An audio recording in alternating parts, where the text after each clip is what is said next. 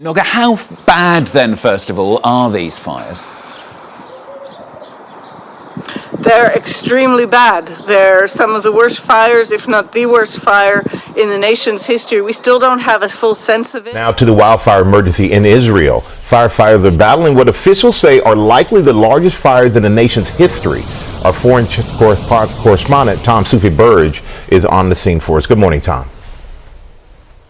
Good morning, Michael. Yeah, these now blackened and charred hillsides are actually still smouldering over in the distance there. The flames torching around 5,000 acres of land here just west of Jerusalem. And we've been watching in the last few moments as planes have been circling overhead, dumping fire retardant onto these hills. The flames raging out of control Wednesday. People abandoning their vehicles on a major highway as fire crews race to contain the blaze. Israel's Air Force with this impressive view from above as they drop blocks of fire retardant. The winds yesterday hitting 50 miles an hour. With the flames spreading so quickly, some 10,000 people were told to leave their homes. The good news, guys, this morning is that temperatures are down significantly, as are those winds.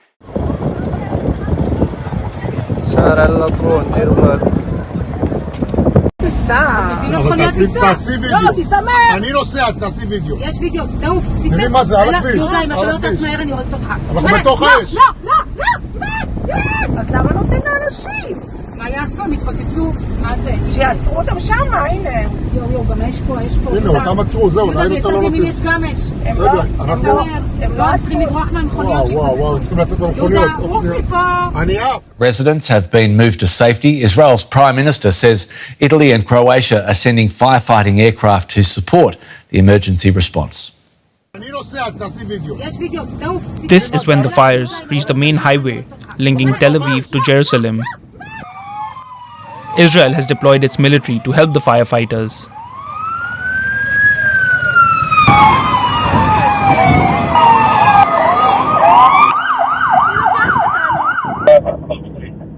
Dozens of teams, aircraft, and helicopters have been trying to control the flames. Like this heavy transport military aircraft. But the blazes show no sign of slowing down. It's just very sad because we knew the weather, we kind of knew that will happen, and still we feel like they weren't ready enough with the heavy bombardments of the big, planes that can drop large amounts of water. But we know it's on the go. A lot of police and firefighters arrived, but it didn't really help. The fire had already taken over the whole area, as you can see behind me. Israel's Prime Minister has declared a national emergency. Given our limited resources, the priority right now is to defend Jerusalem. That is of utmost importance. And I don't yet know how far the fire has spread in other parts of the country. We need to use every available tool and mobilize as many resources as possible. The western wind can easily push the fire towards the outskirts of Jerusalem and even into the city itself. Jerusalem's fire chief says this may be the largest fire in the region in a decade. Now, a little earlier, journalist Balik Sladin gave us an update on the situation from Tel Aviv.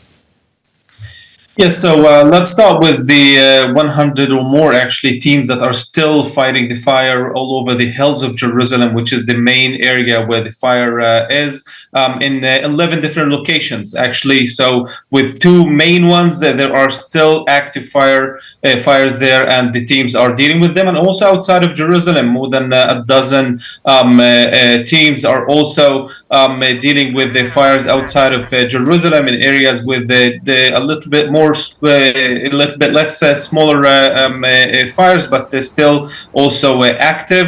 They can't say until now that the fire is under control, but definitely they are working on that.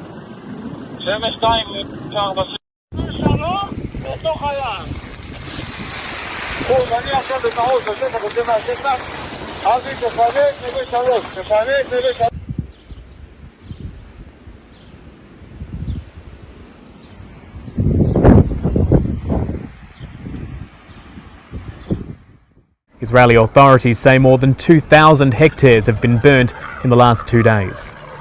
The cause of the fires are being investigated, with Israeli police and the intelligence agency Shin Bet leading that charge. There has been suggestions that this could be the result of arsonists, and the Prime Minister Benjamin Netanyahu has added further fuel to that, using a speech today to claim 18 people had been arrested. He's pointed to Palestinian sources talking about burning the land on social media.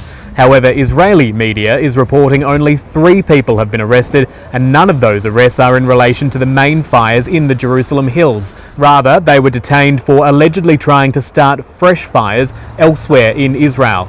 Israel's president has used an address for the nation's Independence Day to say this is part of a larger climate crisis which can't be ignored. For now, it appears that the situation is easing. Certainly here on the roof of the ABC Bureau, the skies are far clearer than they were yesterday. There was smoke blanketing much of Jerusalem, and this is some 25 kilometres away from where those fires were burning.